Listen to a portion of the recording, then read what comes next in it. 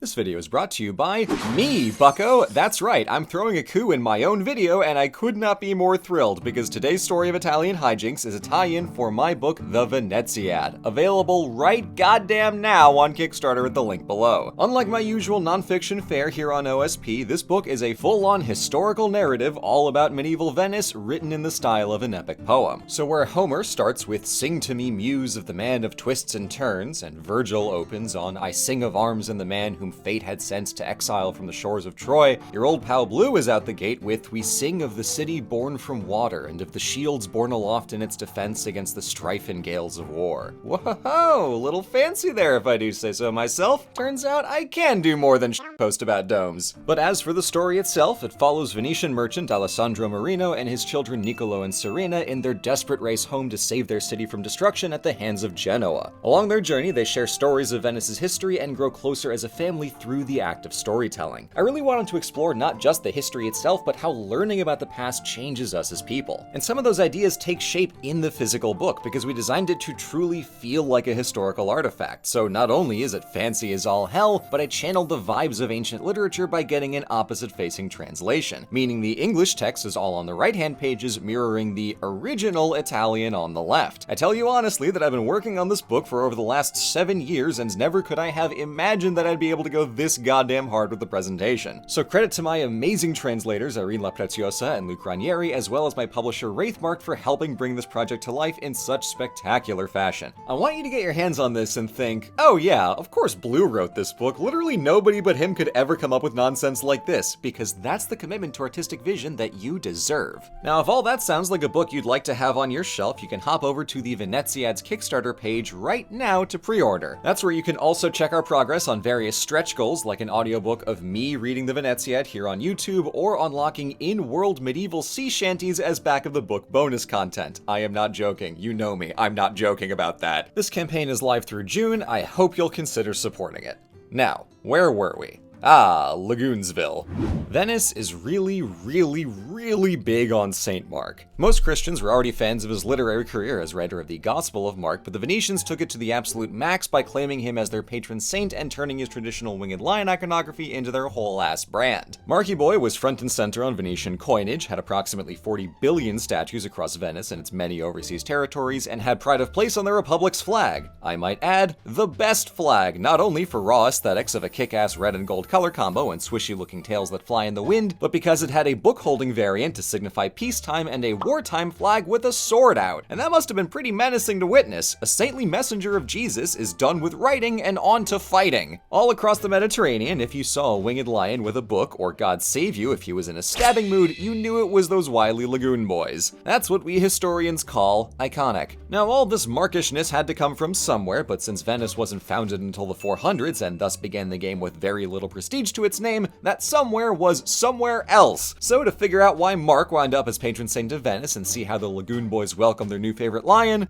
let's do some history. As we begin our tale of Venice and its suspiciously abundant glories, we have to recognize one critical characteristic of the Venetian psyche. They absolutely loved stealing things. Treasures, islands, architecture styles in general, literal pieces of buildings in particular, and even bones. Especially bones, because that's how they claimed St. Mark as their patron. See, in the first century and a half that Venice was a republic, their number one boy was St. Theodore. But in 829, that all changed when a handful of Venetian merchants in the eastern Mediterranean got blown off course and landed in the city of Alexandria. It was a prominent city in early Christianity, partly because it housed the tomb of St. Mark, and the bones of an evangelist are the kind of relic that lands you on par with Rome and Constantinople.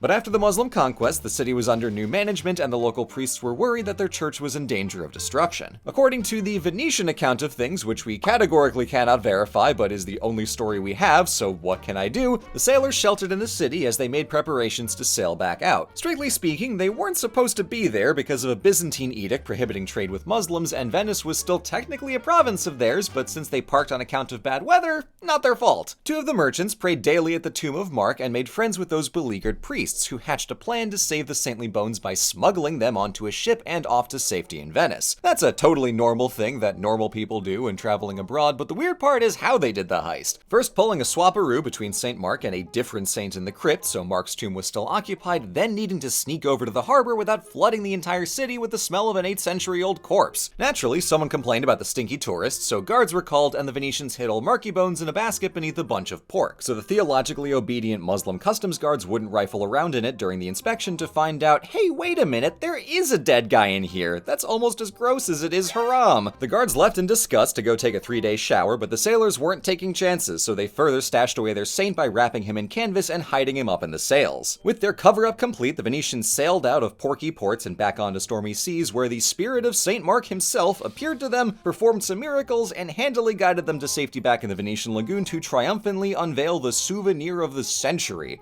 I mostly feel bad for Theodore getting booted from patron sainthood. Imagine how that made him feel. It's almost as rude as when the Romans set him on fire. Close second. But zoom back out and consider, all this is the Venetian account, surely the product of focus testing and refinement long after Mark had acclimated to his spiffy new home. It paints Venice in the best possible light and accomplishes multiple big objectives. First, the story cleanly absolves Venice of any and all guilt for trespassing outside Christendom against imperial edict and for coming up with the heist in the first place. Instead, they just get lost, kindly help some poor unfortunate priests, cleverly slip out of the city, and then go hang out on a boat with their new pal Ghost Mark. Did the Venetians pull one over on the Alexandrians and steal the body from the priests? Was sailing to Alexandria a secret plan for robbery all along? We ultimately have no way to know the how or why of the heist. All we know about it is what Venice curated for us to hear. But either way, they returned with one insane haul, a relic that rockets them above their nominal bosses at the neighboring Patriarchate of Aquileia to become the most religiously significant city in northeast Italy, by way of inheriting Alexandria's main claim to theological fame as the City of Mark. An honor, again, not far off from the Church in Rome. In a world where religion and diplomacy were never terribly far apart, prestige transferred fluidly between church and state. So Venice being seemingly chosen by God to have Marky Mark's bones was an implicit vote of divine confidence and a golden opportunity to craft a civic identity through the symbols of their patron. St. Mark became the shorthand for Venice in the coins, flags, and statues that became ubiquitous across the Mediterranean. And shallow as it sounds, that branding matters. If you're not deeply acquainted with the nuances of Christian iconography, or perhaps standing at a medium distance, most saints look like extremely nondescript people. So when there are two statues high up on pillars beside the Doge's palace, one is obviously a lion with wings, and thus St. Mark, and the other is just a guy with a spear. That's not even St. Theodore slander, because you had no way of knowing that was even St. Theodore. Guy with spear is no fewer than 4 saints. So, Venice stole a saint. Why does any of that matter? On the verifiable facts of the case, it's a moment of total transformation from a tiny local city to a republic with much grander cultural prominence and political ambitions, a relic that prompted the creation of one of the most magnificent churches in all of Christendom. But if we're willing to consider Venetian propaganda, and I mean, look at me, of course I am, we see the conscious curation of an identity distinct from anyone in Europe. Far-reaching sailors with explicit divine favor who serve their patron Mark, not acting on the orders of an emperor or the pope, but earning their glory as a city by themselves and for themselves. Venice was always a city untethered to the land, but from here it might as well have been on another plane of existence. In the centuries after, stories started suddenly popping up about how Mark totally visited the Venetian lagoon this one time and an angel told him that his body would one day rest there, and why ever would they lie? But I think this proves the glorious purpose Venice now felt burdened by. Mark deserved more, and by God they would get it for him. Because the most critical element in this story is the most obvious. They took the relics from somewhere else, from someone else. And whether the Lagoon boys saw it that way or not, that too is an essential piece of the Venetian identity. Venice is the city of water, of St. Mark, and of canny little thieves.